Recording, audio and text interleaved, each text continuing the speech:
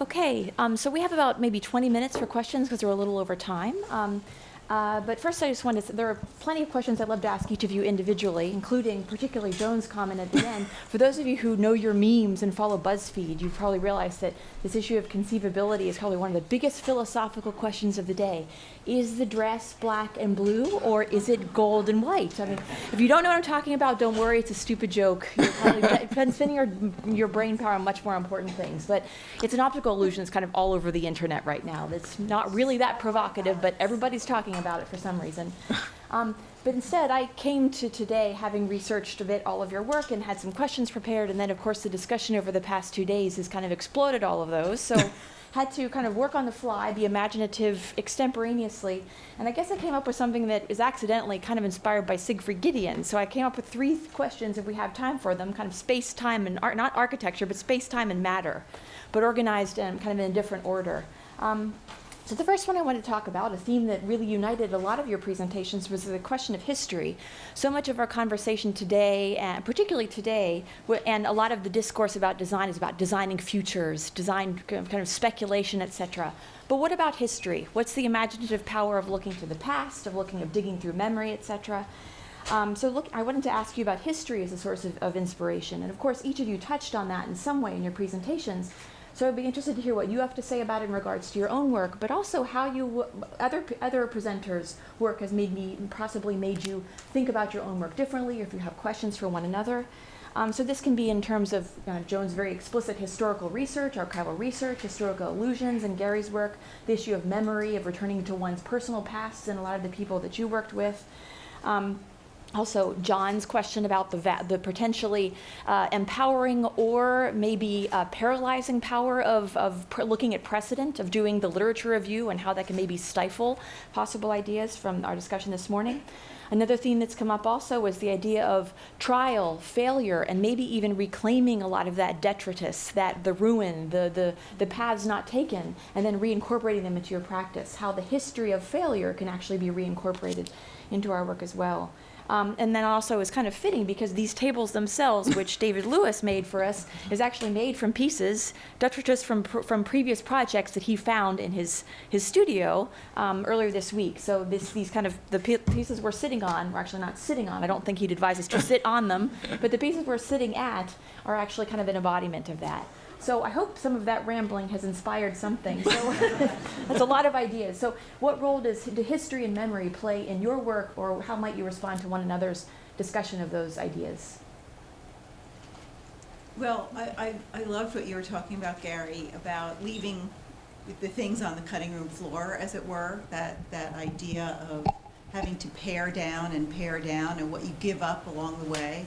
And I have found in editing that it's really hard to give things up, and when you cut it away, you do forget about it and go on to the next thing. But it was such an interesting parallel in forcing yourself to continue to go deeper. Yeah, I mean, for me, history is really just, I think, is just a map, is a map to explore, and just, I'm not going to really be totally inspired by the House of the Seven Gables, and there's parts of that book that I really love, but it's really just these kind of touchstones to kind of build off of. And in terms of changing history and changing the course of history, I can get inspired by, feeling compassionately or emphatically about Hepzibah and her becoming this figure, which is actually a mirror of me somehow. So it's psychological too, and it's the exploration of myself and psychology. To me, it's fun to learn, and in terms of material culture, it's actually, they're objects, they're things that were actually there. It's not just an idea or writing. It's actually material that was there. So to feed on that, and also to, take it to another place and have it live on, I think is exciting and fun. I think the challenge is always not to get caught up in it. But to me, that's the purpose that history serves. Mm-hmm. For me, obviously, history is my life. But I use it, I think, the term that some historians use, I approach history as a foreign country. And it's a foreign country which has a lot of power over the current country. And to recognize that, to recognize things like the terms subjective and objective, which we all, I mean, they're just obvious, were not obvious in 1850, is kind of startling. And what that does is, on the one hand, you can say, well, it emphasizes it's a foreign country. You say it sure as hell is. But it also sheds different light on us and our choices. Things like the relation between art and science is very different. In fact, there's nobody in England who would call himself a scientist until after 1900. That tells me, and I hope us, a lot about how knowledge is organized, how people are approaching their worlds. And for me, that's interesting because it loosens up my commitment to the way we do it. I begin to see, wait a minute, we could do this differently. And it both loosens up my commitment, so I'm happy to follow John, but it also suggests roads not traveled. And I can go back and see, how did they do it? What did they do before they stopped doing it that way? So for me, it's a very rich way to spend my time. Well, it also relates to what, try to pick on you again, John, but John's comment about again, the limitations of putting yourself into a box, of putting a label on yourself as a particular type of practitioner.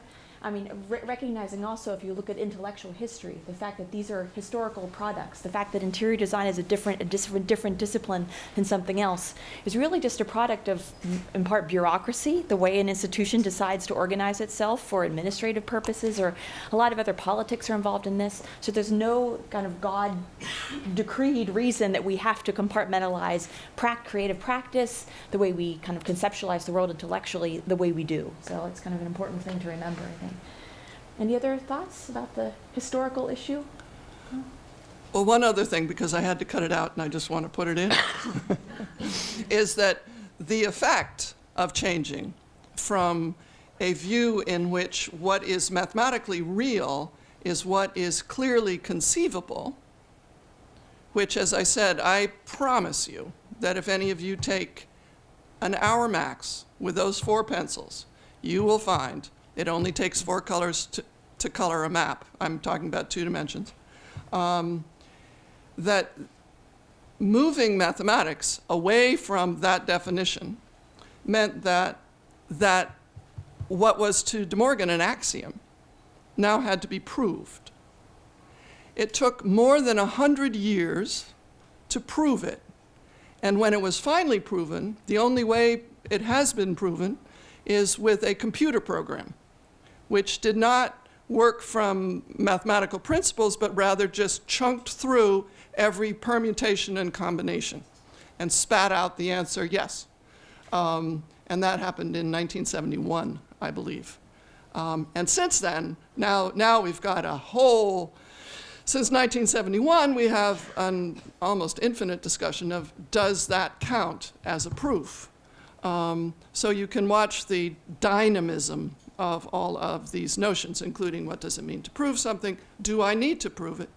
If I do, can I? And so forth. So the use of computers to kind of prove or disprove a hypothesis kind of leads to the next question I have, and that's about matter, the stuff you're working with essentially, or the various kind of creative individuals that you've profiled in your documentaries. There's discussion, there's been a lot of theoretical discourse in the past few years about craftsmanship, as you probably know. And also in philosophy, there's this trendy thing about decentering the human from the way we conceive of the world, kind of thinking about a new ontology where we're considering that humans, the world doesn't exist for humans. What would it be like to conceive of a new way of writing world history or a new ontology, recognizing that we are not the reason for the existence of the universe. Some people call it object-oriented ontology. It has a whole bunch of speculative realism. It has a whole bunch of different terms. And then also that's been addressed in other language through this recurring theme of empathy that a lot of people talked about. Not only empathy with the clients that you might be working with, the people you're working in your studio, but also empathy with your materials. Asking the atom, what do you want to be, atom? Which is the same way Louis Kahn asked the brick, what do you want to be? The brick says, I like an arch. You know, you probably all heard that phrase. So we talked about lenses and light, all the different stuff people have worked with. Lenses and light and shadows, atoms, asphalt, hair, print, your own career. You've worked from print to web to these interpersonal communications to then transcribed into a textual document of some sort, which then becomes a documentary. Furniture, we're looking at material objects, we're making maquettes, we're using cardboard models, drawings, sadistic sketches is an integral part of your process also. Sound is another thing that hasn't been mentioned that much, but it's a really important material to think about working with. And then also the research material that you encounter in the archives. So that has its own materiality. And then this concept of threads that has come up on several of your people that you interviewed talked about the thread as something that connects them. Think about the thread of translation between all the different materials that you work with.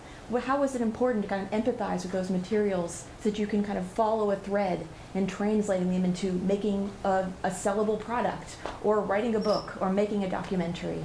Again, a super rambling question, but I hope that sparks something. Sorry. Well, I think for me, there's two things.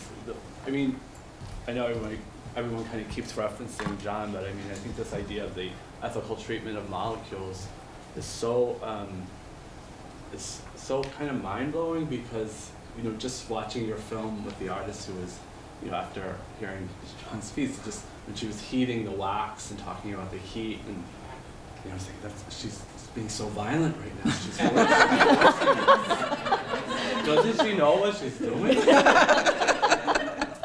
And so that I just was like, I'm just so kind of blown away by that. But it also takes it to such a base, primal, beyond level. So, I mean, there's such, and also, who was talking about just this whole process of night and day, and I think it was your lecture where it was the snake eating itself and all of that. It's just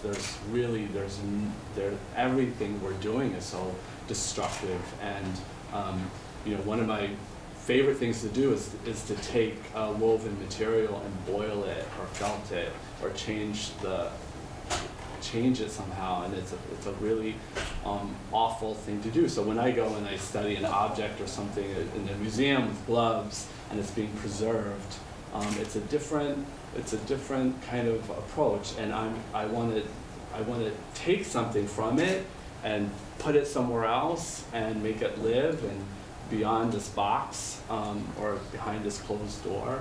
So to me, that's what it is. And then, of course, I didn't really get to talk about hardcore, the brutality of commerce and what, not just the editing, but just what that means and what it means to the whole creative process, which is a whole other kind of subject.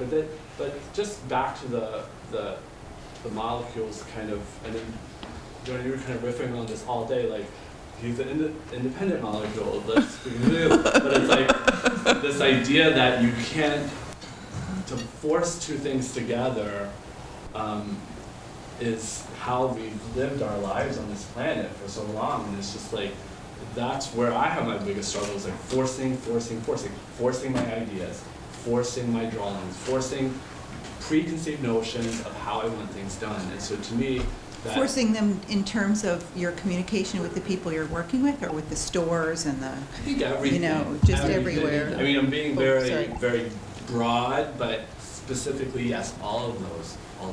Yeah. Well, that's where communication comes in. It's such a big part of what we do. You have to explain it, and it's exhausting. It's true. But I love the idea of the thread and the way the thread of the women talking, even though each documentary was done completely separately from one another. None of those women heard the documentary of the other one.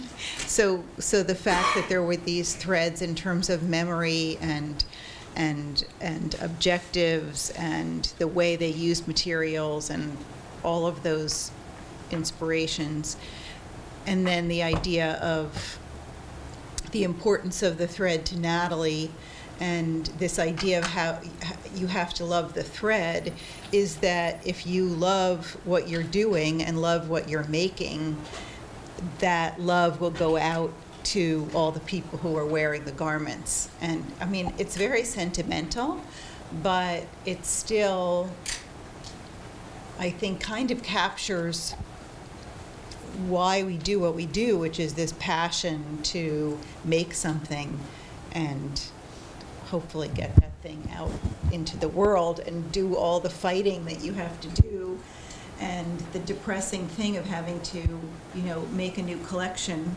even though that last collection was really wonderful. You have to do another collection, and then in order to have that new collection be introduced, you have to take everything out of the store and bring in something else. It's exhausting, and I mean, I suppose it's new, and everybody wants new, but I don't know, it's the cycle, it's the thread. Well, I think here is where my life is very different. I don't work with material things very much. I'm not attuned to them particularly. You look at the way I dress and you realize that, you know, she's out there. It's really what I do is spend a lot of time in archives reading other people's letters.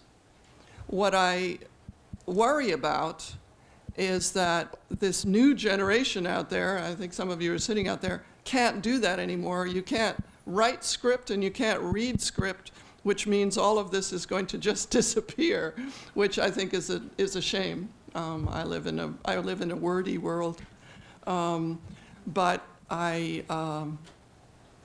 and the other thing, not to be unkind, but the way what I also see is the commonalities in your women, in your work, all of this, and recognize that were we to have this conference in 1860, there would be many commonalities, but they would not be the same.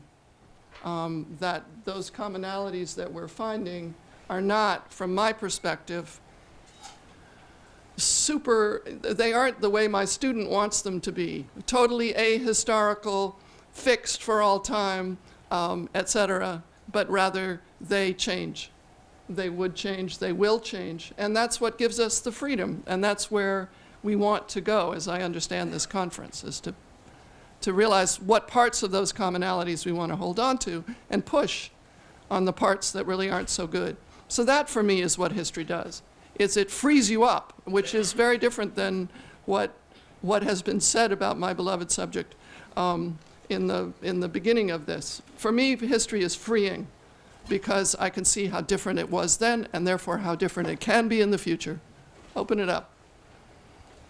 Well, just in the interest of time, we want to open it up to questions, but I just wanted to kind of plant a seed for the third question I would ask, because I think it's interesting, and I hope it would be of interest to interior designers as well, and that's the space issue. I mean, not only do interior designers craft spaces, but space itself provides inspiration. I think that's been a theme that's come up many times. So last night we looked at the importance of the configuration of the performance space. Matthias and Daniel talked about the difference between performing in a small club versus a large concert hall, for instance. Today we saw that again in the dramatic experiment. We looked at the lab, the studio, the home is a theme that's come up in many people's presentations.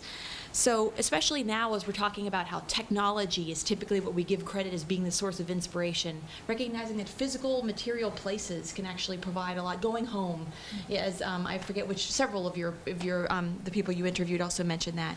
So this raises some of the issues that Linnea was talking about, how you balance this desire for comfort and familiarity with the generative potential of getting yourself out of your comfort zone. Travel was a theme that's come up a lot, providing maybe benches of productive friction or discomfort. So how putting yourself in different spaces of creativity can be a generative thing in making spaces for other people. So that was just something that came up a lot for me. And also in our discussions, we talked about your experience with Mildred's Lane, and you talked about your experience in finding the letters in the archive. So the place of inspiration itself is an integral part of this whole thing. So I'll just put that out there. So we'll open up to questions for you. from all of you for these folks here.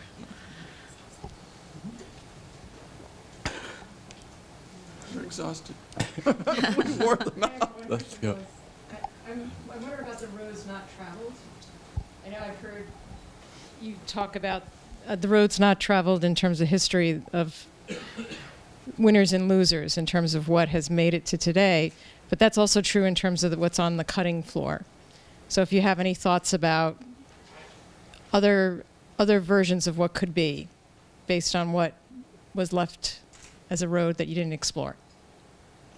You know, the last video that I did with Myra and Nico Muley actually came out of a piece that I had to cut out of another video. And so the Cooper Hewitt hadn't opened yet. They were behind schedule, and I had done this interview, so they asked me not to use it. So, and it was, really important to me. So Myra and I went back to the Cooper Hewitt and said, okay, well, if you don't want us to use it in this film, why don't we just start a new one, and this could be the start of that. And they agreed to that, and then the Smithsonian got on board, and so we did it. So it's kind of wonderful when, something that you had to cut actually blooms into a whole new story. I feel like you have to be compassionate towards both, the thing that exists in the world, and then the things that didn't make it. And I think to resent one or the other is just no good. I mean, that's my experience. So where the road not traveled lives, and what happens with it is really just, I don't know, I can't really answer that. It's just I can just speak on my relationship with it. But it's also kind of like what Roseanne Cash was saying about how you have to write bad songs in order to write good songs, and take risks in order to fail. I think that idea of, I think so many artists live with doubt and uncertainty, and my daughter is 26, and like most 26-year-olds, is constantly feeling doubt and uncertainty. And I tell her, you have to start to get comfortable with doubt and uncertainty, because it's part of the process. I think it's also interesting that in my field of media studies, there's this kind of increasingly popular field of study. These academic terms probably sound ridiculous. It's called media archaeology. And it's essentially questioning the newness of the new, and saying that if we always focus on history's winners, we're tending to essentially value what capitalism values and forget all the stuff that maybe for accidental reasons, just because it wasn't marketed well, it never made it. So there's a lot of this focus on studying history's losers, the trials that never made it, the pilot tests that never went anywhere, and what we can learn from them, both insights, new models of working they may have offered, and why they didn't make it ultimately. And that is also not only an academic area of study, which uses archives a lot, but it has generated some new production as well, some new creative work.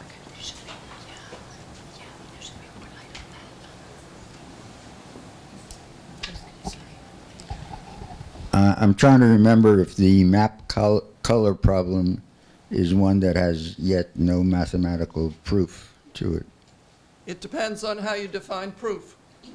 So that means that it has been proved by a computer, but there's a lot of controversy over whether having 4 people get together, write a program, feed it into a computer, this was in 1971, which goes chunka, chunka, chunka, chunka, chunka for 2 days, and then spits out the answer yes, whether that counts as a proof. So it has not been proved in an old-fashioned mathematical way. It has been proved, if you're willing to give it the term, in a computer-generated proof. But it's not easy. So De Morgan's saying, I can't make it depend on something I perceive more clearly, still holds.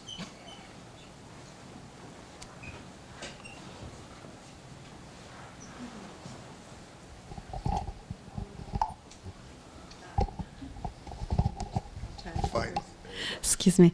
In relation to the road not taken, there's also something about the imagined and the poetry of something that doesn't actually have to take form, because perhaps the poetry of the concept is more spectacular than the realization of something. What happens?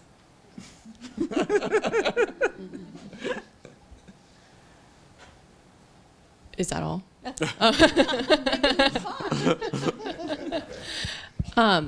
Well, I guess my question is that it's been so wonderful spending this time, thinking about imagination and discussing it, but I can't also help but feel that it's also a terrific privilege to be able to do so, and to then go to work on Monday and be rewarded to do so.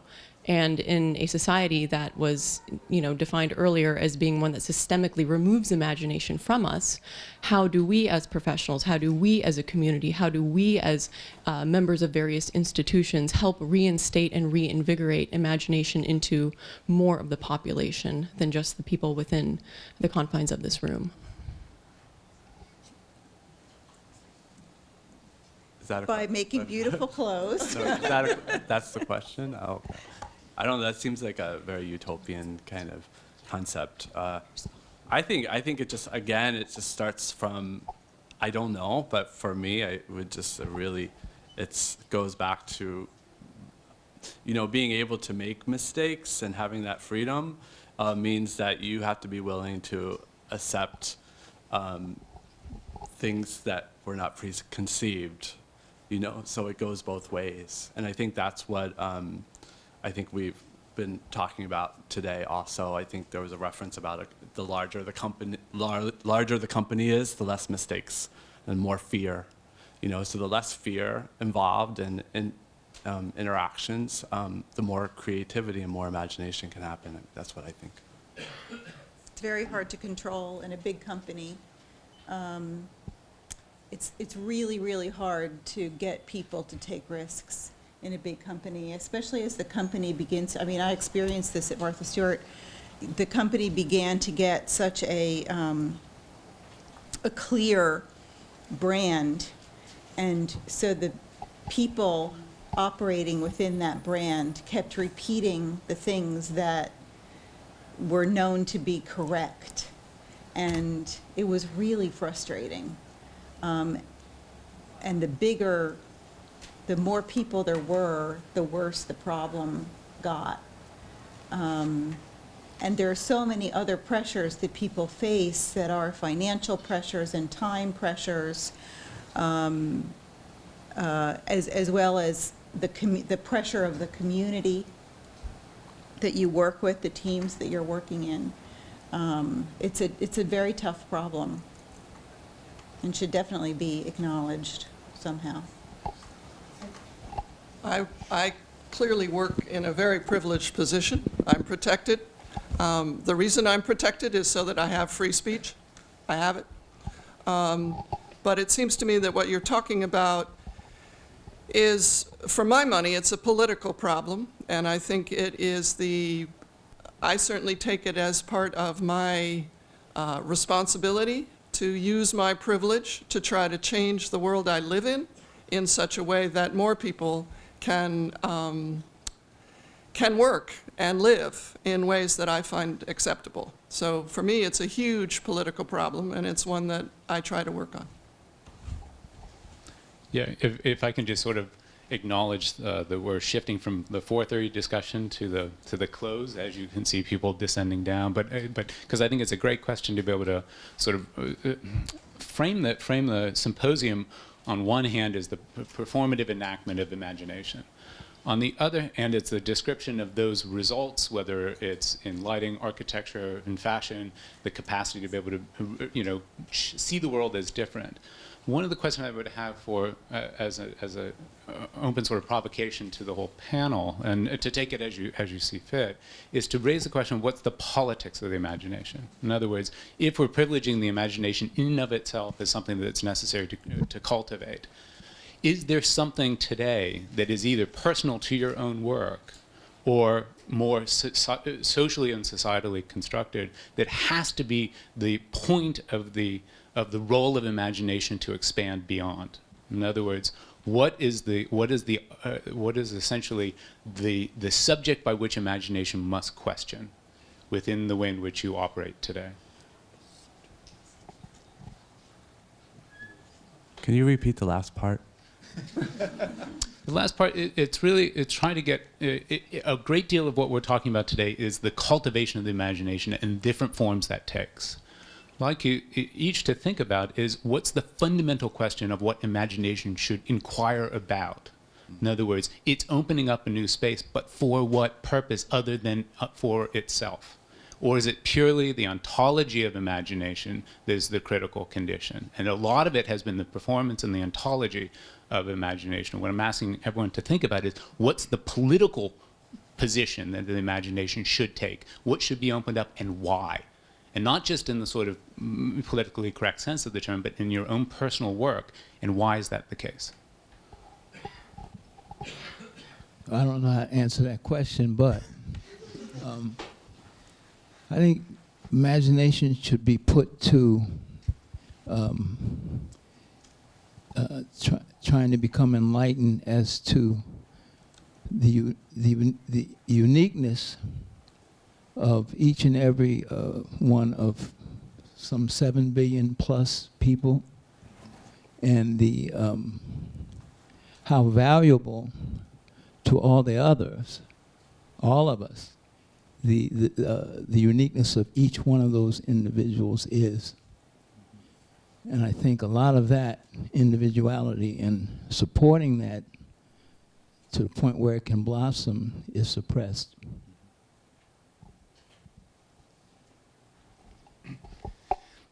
From my perspective, it seems we have had such a range of different enterprises that people are engaged in, and there are real commonalities across them in many ways, but that the agendas in each of those enterprises may be different, and that what you're really trying to reach for in going to the next place, doing the thing that is beyond, might be quite different if you're trying to invent a new medicine as opposed to create an amazing garment or create some amazing music, so I think at one level there's a sort of an emancipatory desire in all of those things, and trying to push to something new and different and better, but I'm not sure there's a single politics in it. No, hopefully. Yeah.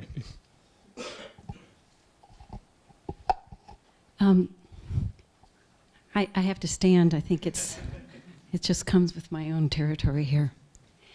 So if I'm grandstanding a little bit, it's just because I feel that the work around the imagination that's going on at Lincoln Center Education is pretty phenomenal. It started 40 years ago, and as I said, Dr. Maxine Green was part of that founding group. So in answer to your question, I think got an aspect of it is we work there with students from kindergarten through graduate school, but we work primarily in under-resourced areas where students have very little, especially, let's say, in middle school. And the hope is that by exposing them to works of art both in their local community, so that we enhance that, as well as coming to Lincoln Center, and help them understand ways to engage with that work of art, that it does in fact release their imagination to think about things with more possibility. And our greatest desire then is that they own that experience, that the works of art become part of their lives, but then it's this thing where they consider more possibilities in a work of art, then they might think about that in another work of art. They might actually think about possibilities in their own lives. And then, of course, if we're really lucky, in the world around them. But the idea is that we help them develop a sense of agency, that they have choice, and that their choices will matter.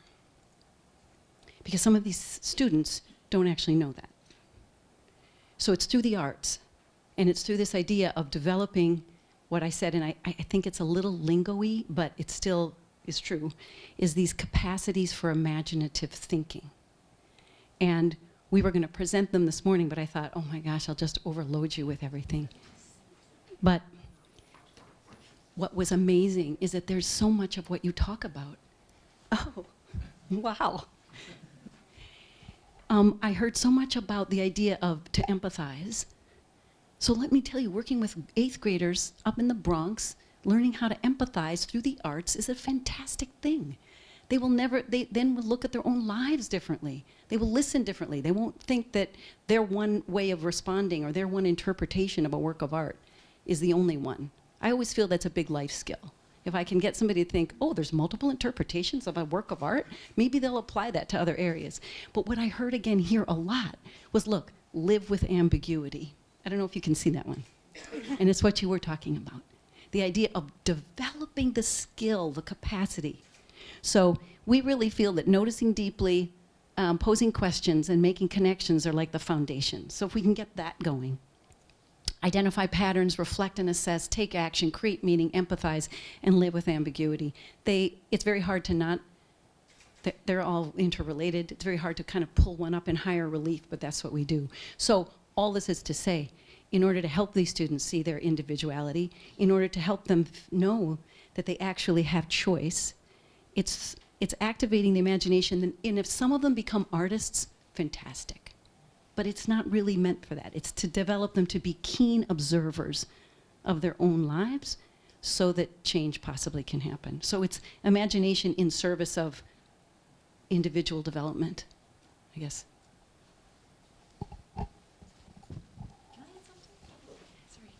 I think also, even if there's no kind of definitive answer to the question, that's a perfect question to ask, because one of the initial prompts for this conference is, what role does the imagination play in a day and age that seems to be so driven by data, where there seems to be, well, this is obviously a kind of reductive way of thinking about it, but where the data drives you to the right solution. So the fact that we don't have one instrumentalist way of thinking about what innovation, or what imagination, and that's a good, important slip, I think, there. So what imagination leads us to, the fact that there's no quantifiable, instrumental way of thinking about the end goal, or measurable, that's exactly kind of what the liberal arts, in a way, as a tradition, has been meant to instill. And I think the whole the differentiation between imagination and innovation is important, because Silicon Valley has kind of trashed the term innovation for us, unfortunately. So it kind of means something very specific. That word has been co-opted and kind of ruined. Maybe we can reclaim it in some way, but there's the fact that has a kind of marketable, quantifiable end goal in many cases, but imagination, its openness, is a nice alternative to that. The fact that it's kind of a humanistic goal without necessarily a measurable result.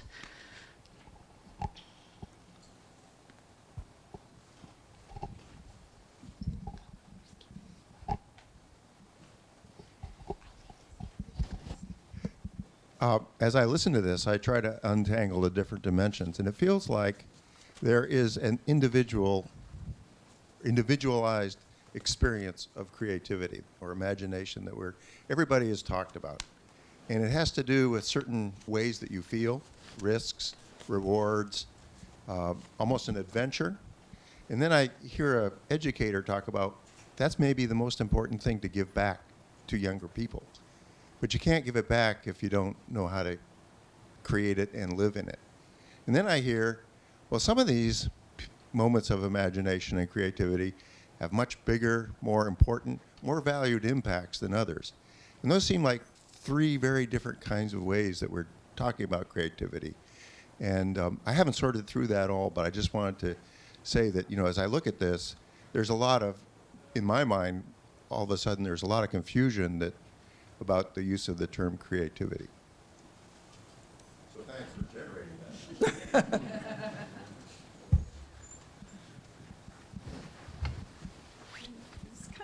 Maybe just kind of a small point, but I was really struck watching Gary's presentation of those lines produced in the fabric and the patterns that were emerging, not just from sophisticated artisans, but from people who were making cloth, and then thinking about what you were talking about, the sort of geometries of things, and that there's a certain way that this idea of innovation, I think, also obscures and clouds the kind of, it's not craft, it's the reflection in the world that people are making in all kinds of places, in all kinds of ways, where they are composing, they're making design, they are making things, but they're not innovative in the same way. And I don't know if I'm saying that very clearly, but it's sort of the geometries of the world coming through and us actually recognizing that as imaginative work.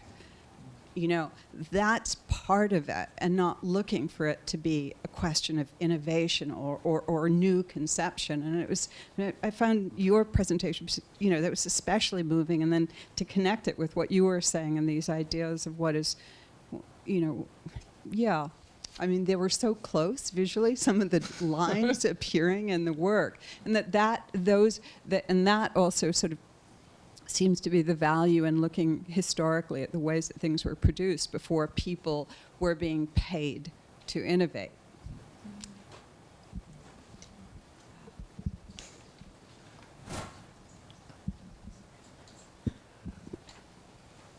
Well, just briefly for a second, I think that the move from Augustus de Morgan's world, in which all people can understand truly how the world works, all of us, feeling that communality so strongly that to ask me to think about my subjective reality left him literally sputtering for 2 years. He comes to it. He's not stupid. He comes to it, but it's uncomfortable and odd. And then to move to the next generation, and part of what comes out of that is that now things which used to be clear because he was human, like the four-color problem, have to be proved, which is really weird. I mean, why do you have to prove that? It's obvious. Anybody knows that. But it has to be proved now because, and mathematics and proof is moving into a world which is less human and more machine-oriented. Well, at that time, it's not machine-oriented. But anyway, it's less human. It's less organic. And to watch his son say, hey, Dad, I love you. I love what you've done all your life. But what that means in my new world is unacceptable. I'm not doing that. I'm moving into a world of visual arts, which would resonate much more closely with the group in this room. And it's that way that I hear that same concern when people are talking about the world of the computer and the world of all of this kind of stuff. It's this move, and I'm an old-fashioned girl, I don't know. I go back to the 18th century, and I go back to that wonderful tree of knowledge, and don't get me wrong, I don't believe 9/8 of it, but I do see the humanism of that tree, that it's a human tree. It's the human powers that organize that world. And we could argue from here to next month about whether we like the organization or not. But the part of it I do like is that it's human-centered.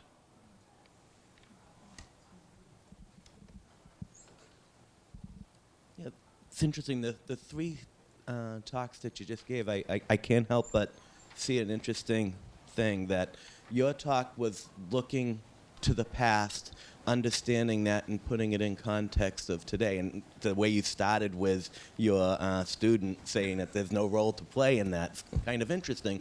But you're looking in the past, and there's a certain requirement of authenticity of how you represent the past. And so creativity in staying authentic is kind of an interesting thought.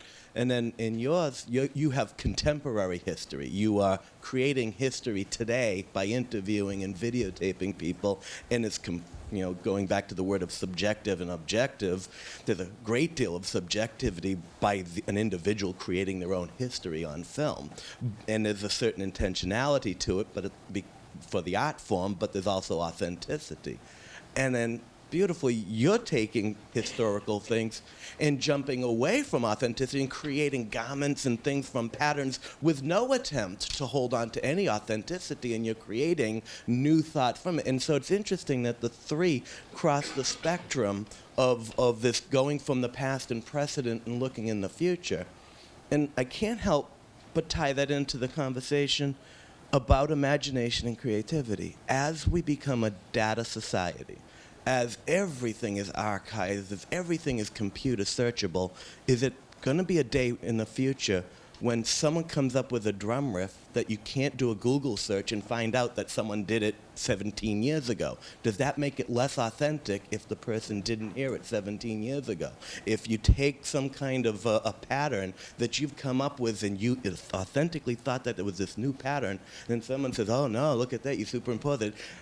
Are we going to evolve the meaning of imagination as we get so full of data that we can go back and superimpose other things, that we're going to have to rethink what we mean by imagination, because everything is new to an individual, but of an integrated whole of history, that's going to vanish, because everything is going to be searchable and findable.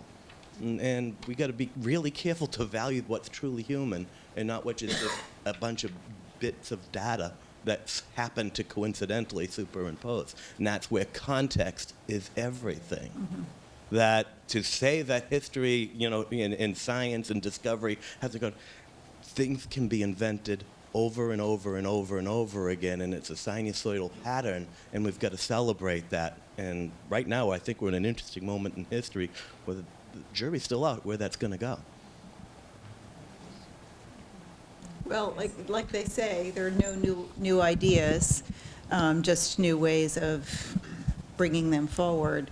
And in terms of things like craftsmanship, I think that the internet is a way of distributing all of these ideas, but the ideas and the narrations and the storytelling, we're still telling stories in a very similar way. I was so taken with your tree of knowledge. I mean, it's a beautiful visual thing, this kind of family tree of knowledge, and visually really inspiring. It might be old, but it's really new, and it's almost like a picture of the data that we have today. It's pretty wonderful. What was that tree of knowledge? The tree of knowledge, it's sort of fun. Back to John Warner, I think, was saying encyclopedic knowledge is a dreadful thing. Well, in the absence of intuition. In the absence of intuition, okay.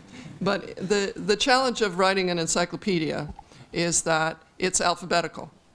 And that means you can find any topic, but you have no idea how it all relates to each other. It's just... So this encyclopedia is known, if you want to Google it, Diderot, D-I-D-E-R-O-T. And then we're going to do encyclopedia, or it's going to be, well, you can Google it and they will know.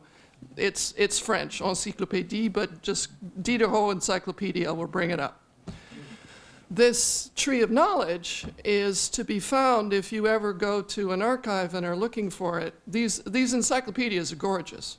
There are 27 volumes of text and 10 fabulous volumes of plates.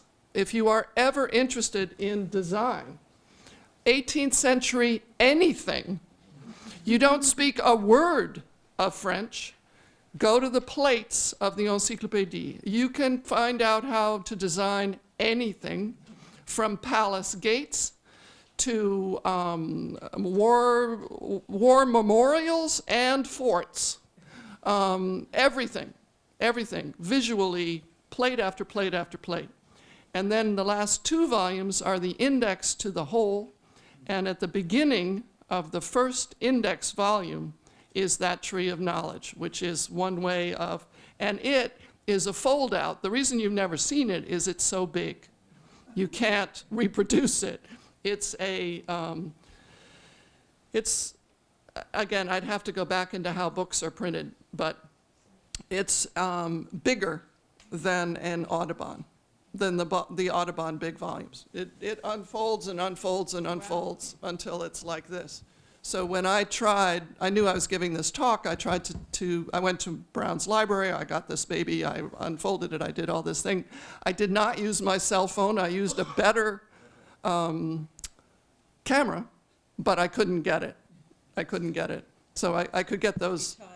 Yeah, so I got my big picture off the web, Tree of Life, Encyclopédie, you'll get it. I mean, Tree of Knowledge. Thank you. And then the little ones I took. Can I just add a footnote to that? I mean, I'm come from the field of cognitive psychology and bits of brain science, and this has continued, right? There are versions of maps of the mind of various sorts and maps of content and maps of different processes that there is a whole line of investigation that's been working at, and it's the word imagination isn't there in the way we've been talking about it here, but questions about creativity and insight and how do you come up with novel solutions for different kinds of problems. There definitely is investigation around that. I would never dare to say that people have got it right or fully understand it even close. But that whole line of thinking has continued in another vein. But whenever I hear imagination, because I'm old-fashioned, I know there's reason, imagination, and memory. And that's... Also, a lot of you as designers probably know this, but Manuel Lima published a book last year called The Book of Trees. It's all about this different variations on tree arboreal kind of maps of knowledge in different fields. And also Robert Kirkbride's work, looking at the history of memory and spatializing memory. I know you've worked on some like maps of the brain and where memory and imagination, people have imagined them throughout history to reside in different places of the brain itself. So it was so interesting to me to hear these women talk about how they try to quiet their mind in order to let ideas come through, to create space for things to happen. And there's a lot about brain science, about how you kind of need to, we all kind of talk to ourselves over and over and over again in circles, and the question is, how do we stop that circle so that the mind can open up to let some ideas come in? And they all have their sort of techniques, whether it's traveling or taking walks or something that just stops you from being in the that normal place in front of your computer where you're just doing that rote thing. And I think that's why all of us are very attracted to craftsmanship, because you want to have that time of working with your hands and helping whatever happens with your hands kind of let the mind open up and be imaginative.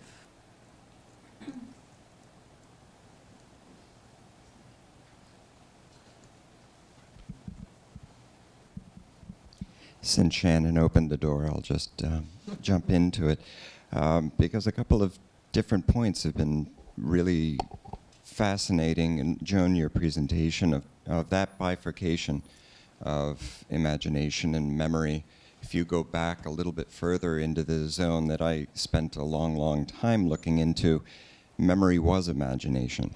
It was not yet bifurcated. And it was also embodied experience, that memory was deeply embedded in the corporeal experience.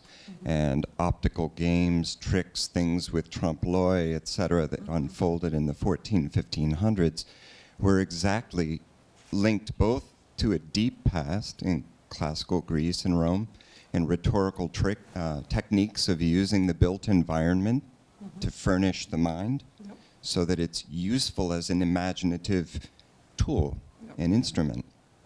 And by bifurcating that, we understand, as David Lewis's question earlier on was, we invent these binary oppositions to help us sort things out and cut things into smaller bits, whether it's syntax or grammar or atoms, etc. But we always imagine new ways of putting them back together again. So we're always cutting things apart, suturing them back together.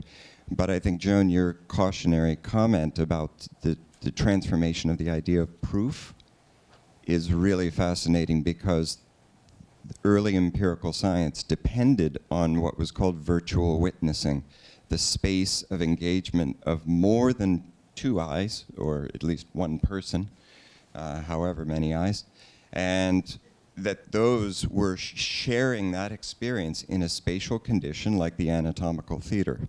That space of evidence was shared, and you could refer to it. If it's inside of the computer, if it's inside the data, there's the illusion of the sense of democracy, that all of our data is being gathered and we're somehow sharing in it, whether we want to willfully or not, whether we're asked for it or not.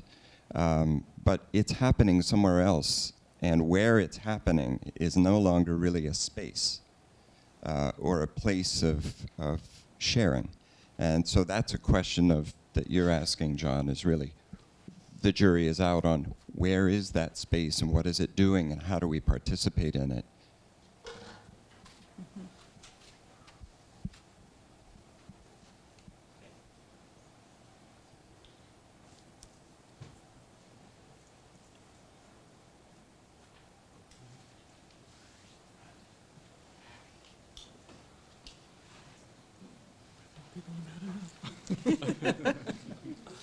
Yeah. So, some of us can keep going, but it's gotten late and we've been sitting here for a long time. I would like to just ask all the participants to come up behind this fabulous talking bar that was made by Gael Towey. Could you all? Maybe we'll just move the chairs to the side.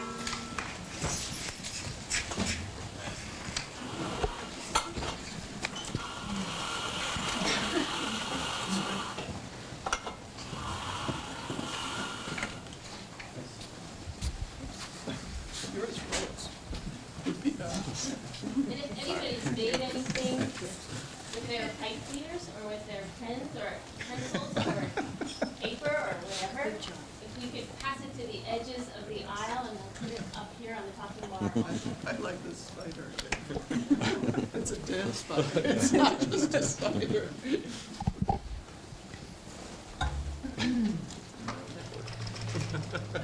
Someone got an orange pipe cleaner. That's not fair. Yeah. Oh.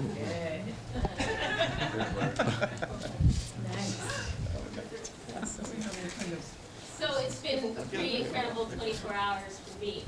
You know, it felt like a little bit of a risk, honestly, to choose this as a topic. It's hugely broad and crosses so many disciplines. And a colleague of mine said, you know what, Jonsara, you've really gone over the edge this time. You really have. But so I just wrote down a few things that I heard more than once. There are not a lot of them. One was, it's about the story of a self, that imagination really is dependent on somewhat on one's autobiographical self and one's own history. And that self is wedded to their own personal kind of brand of imagination. Brand is the wrong word, but their own personal imagination. And yet, the ego gets in the way of purpose. And individuality is essential. So maybe there's some conflicts in there that are all true at the same time. That people reject success for fear of failure. But innovation doesn't happen with fear, or that fear can prevent innovation. That science fiction is important. It's about focus and periphery, the shadow, the darkness, and the blind spot. That we need to leave space for dreaming, and we need to be observant with humility. that we have to beware of nowhere, beware of nothing is there, that it's about subject and object, and it's about the subjective and the objective, and that empathy is really important. What does something lend itself to be? That it is about being stuck and then getting unstuck somehow. And that ideas come when you're not expecting them. About overcoming doubt and fear and living with doubt and fear and doing it anyway. That it's a lot about time, about the future, past, and now, and memory, and that history is freeing. And I think we've also learned in many, many ways, and I checked it off many times, and so far I'm at 5, but a mention of this, but that music is fundamental, and that we need to allow music to let us dance, and that no one will remember that it was just an experiment, and that we have to believe impossible things. So those were some of my notes. I don't know if anybody has anything to add there, that maybe somebody, or if you have any questions to ask each other. You're all standing here. Maybe it's everybody's exhausted. So I just have to say thank you again for the support of our school. Thank you especially to Catherine Murphy and Elizabeth Parker. You've done an incredible job to help conceive that a symposium can be something new, and then to manifest it into that with many sleepless hours. To David for making this talking bar, which I think really worked. People really talked. For Lucille for designing our communication and brought everybody here. Thank you to all of the MFA Interior Design students for helping in the background and in the darkness, for making sure this whole thing worked. Actually, interior and lighting students, so that all the details were taken care of. To David and Shannon for being keen observers, perceptive interlocutors. Thank you so much. And to Michael, Matthias, Daniel, to Kina, John, and Linnea. To Jean, Andreas, Eric, and Mark. To Gail, Gary, and Joan for your incredibly imaginative insight. Thank you so much for coming. Thank you so much for investing time in this subject and for bringing that here. We're so grateful. And to all of you for being participants for the last 24 hours, thank you. So thank you.